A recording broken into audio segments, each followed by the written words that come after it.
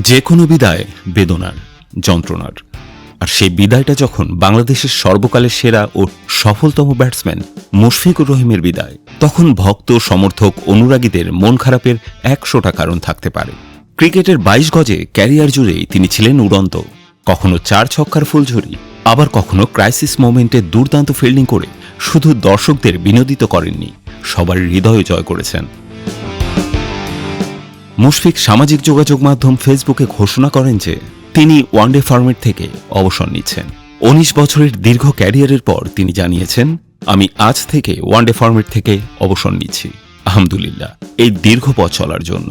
হয়তো বিশ্ব ক্রিকেটের মঞ্চে আমাদের অর্জন সীমিত ছিল, তবে আমি সবসময় শতভাগের বেশি চেষ্টা করেছি। নিষ্ঠা ও সততার সঙ্গে মাঠে নিজের সেরাটা দেওয়ারই চেষ্টা করেছি।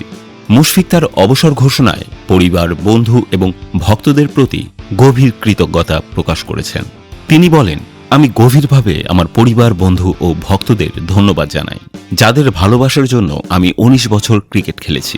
আল্লাহ আমাদের সবাইকে ক্ষমা করুন এবং সঠিক ঈমান দান করুন।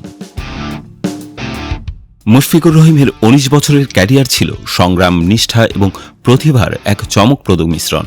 তার ক্যারিয়ারের সেরা ইনিংসটি ছিল 2018 এশিয়া কাপে 144 রানের সেই অসাধারণ ইনিংস, যা বাংলাদেশের ক্রিকেটের অন্যতম সেরা ইনিংস হিসেবেই বিবেচিত হয়। তিনি শুধু ব্যাটসম্যান ছিলেন না, উইকেট কিপিংয়েও তার অবদান ছিল অভূতপূর্ব। 243টি ক্যাচ এবং 56টি স্টাম্পিংয়ের মতো পরিসংখ্যান তার অভিজ্ঞতার চূড়ান্ত সাক্ষী। মুশফিকুর রহিমের ওয়ানডে পরিসংখ্যানও ছিল চিত্তাকর্ষক। 274 ম্যাচে 7,795 রান করেছেন তিনি। টি-20 ফরম্যাটকে আগেই বিদায় জানিয়েছেন। মুশফিক এখন পুরো মনোযোগ দেবেন টেস্ট ক্রিকেটে। মুশফিকুর রহিমের বিদায় দেশের ক্রিকেটের এক যুগের সমাপ্তি হলেও তার প্রতিটি মুহূর্ত এবং প্রতিটি ইনিংস আমাদের স্মৃতিতে চিরকাল বেঁচে থাকবে।